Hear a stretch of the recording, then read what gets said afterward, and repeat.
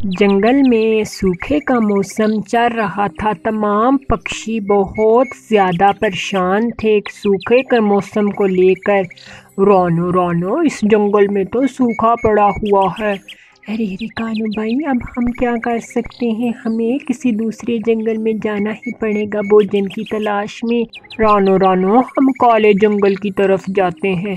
ارے ہاں کالو بھائی، ہم جاتے ہیں کالے جنگل کی طرف۔ پکشیوں، ہم آتے ہیں، آپ ہمارے لیے پرارتھنا کرنا۔ پھر کالو کوا اور رانو چڑیا دور کالے جنگل کی طرف چلے جاتے ہیں، جہاں خطرناک الوؤں کا علاقہ تھا۔ رانو رانو، وہ خطرناک الو بہت خطرناک ہے۔ میری نانی کہا کرتی تھی کہ وہ ظالم الو کسی پکشی کو نہیں چھوڑتے، اور میری نانی کے پاس وہ نقشہ ہے۔ ارے کالو بھائی، پھر ہم آپ کی نانی سے وہ نقشہ لے لیتے ہیں، ہمیں آسانی ہو جائے گی۔ پھر ایسے ہی کالو اور رانو کالو کی نانی کے گھر چلے جاتے ہیں۔ نانو نانو، میں کالو ہوں۔ ارے بیٹا کالو، تم آج اتنے برسوں بعد آئے ہو۔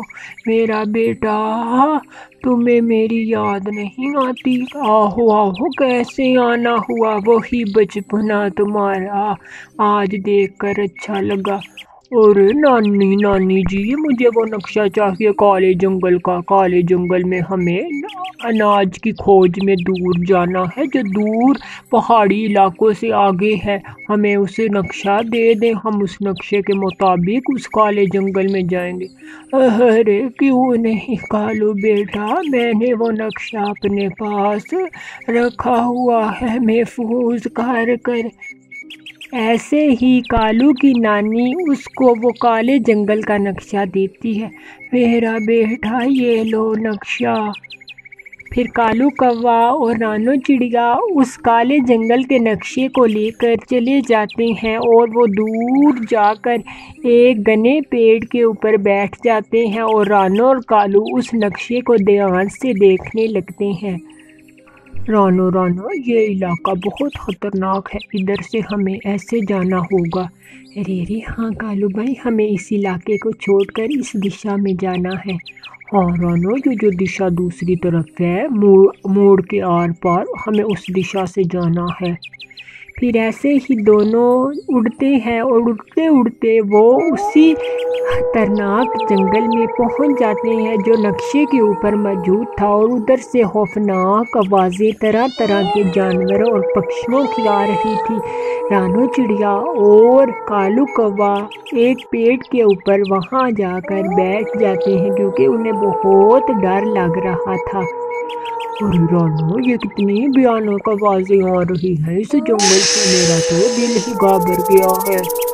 ایسے ہی رانو چڑیا دور کانٹوں میں پھنسا ایک چھوٹا الو کا بچہ دیکھتی ہے، اور رانو کالو کو کہتی ہے، ارے کالو بھائی، وہ چھوٹا الو کا بچہ ہے۔ پھر کالو اور رانو چڑیا اس چھوٹے پکشی الو کے پاس جاتے ہیں، اور کالو ان سخت جھاڑیوں سے اس چھوٹے الو کو آزاد کرواتا۔ میرا بچہ، آپ کون ہو؟ انکل، میں ادھر بھٹک گیا ہوں، اور مجھے رات کے وقت نظر نہیں آتا، ان جھاڑیوں میں پھنس گیا ہوں، مجھے کالے جنگل سے آیا ہوں۔ ارے یہ تو وہی پکشی ہے کالے جنگل والا۔ ہاں آنٹی چڑیا، میرا گھر کالے جنگل کی طرف ہے۔ ایسے ہی صبح ہو جاتی ہے، اور ارے چھوٹے الو کے بچے، چلو ہم بھی کالے جنگل میں ہی جا رہے ہیں۔ ایسے ہی چھوٹا الو راستہ بتاتا ہے، اور دشا پار کرتے ہیں، اور کالا جنگل آ جاتا ہے۔ ہر طرف ادھر تو ہر چیز کالی تھی، پیڑ پتر ہر چیز کالی تھی، اور وہ اڑتے اڑتے چلے جاتے ہیں، اور دور الوؤں کا پریوار بیٹھا ہوتا ہے، اور دور سے ہی وہ اپنے بچے کو آتا دیکھتے ہیں، اور چھوٹا الو جیسے ہی آتا ہے وہ اپنی ماں کے گلے لگ جاتا ہے۔ ارے میرے بچے، کہاں چلے گئے تھے؟ تمہاری ماں کتنی چنتت تھی۔ ماما، مجھے کالو انکل اور رانو آنٹی نے بچایا ہے، اگر یہ نہ آتے تو میں کبھی گھر واپس نہیں آتا۔ انہوں نے میری جان بچائی اور پوری رات مجھے اپنے پاس رکھا۔ ارے پکشیوں، آپ کون ہو، اور اس جنگل میں کیسے آپ آئے ہو؟ آپ کا بہت دھنیہ واد۔